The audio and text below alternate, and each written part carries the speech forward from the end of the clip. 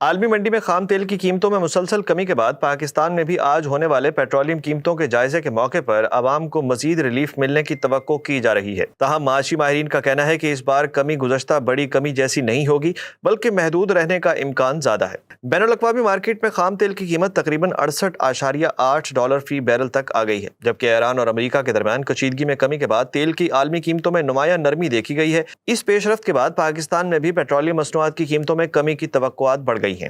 2 ہفتے قبل حکومت نے عوام کو بڑا ریلیف دیتے ہوئے پیٹرول کی قیمت میں 74 روپے فی لیٹر جبکہ ہائی سپیڈ ڈیزل کی قیمت میں 67.30 روپے فی لیٹر کمی کی تھی۔ تاہم گزشتہ ہفتے قیمتوں میں کوئی تبدیلی نہیں کی گئی۔ اب نئے جائزے سے قبل مارکیٹ ذرائع اور توانائی کے شعبے سے وابستہ ماہرین کے مطابق اگر عالمی قیمتوں میں حالیہ رجحان برقرار رہا تو پیٹرول کی قیمت میں تقریباً 3 سے 7 روپے فی لیٹر کمی کا امکان ظاہر کیا جا رہا ہے۔ ہائی سپیڈ ڈیزل 2 سے 6 روپے فی لیٹر سستا ہو سکتا ہے۔ تاہم یہ صرف ابتدائی اندازے ہیں۔ حتمی قیمتوں کا اعلان وفاقی حکومت اوگرا کی سفارشات کی بنیاد پر کرے گی۔ معاشی ماہرین کے مطابق پاکستان میں پیٹرولیم قیمتوں کا انحصار صرف خام تیل کی عالمی قیمت پر نہیں ہوتا، بلکہ پیٹرولیم لیوی، مختلف ٹیکسز، درآمدی لاگت، ڈالر کے مقابلے میں روپے کی قدر اور دیگر اخراجات بھی قیمتوں کے تعین میں اہم کردار ادا کرتے ہیں۔ ماہرین کا کہنا ہے کہ گزشتہ 15 روز کے دوران خام تیل کی قیمتوں میں کمی ضرور ہوئی ہے، لیکن یہ اتنی زیادہ نہیں کہ پاکستان میں دوبارہ بڑی کمی کی جا سکے۔ اسی لیے اس بار محدود ریلیف کی توقع کی جا رہی ہے۔ عوام کو بڑی نہیں بلکہ معمولی کمی ملنے کے امکانات زیادہ ہیں۔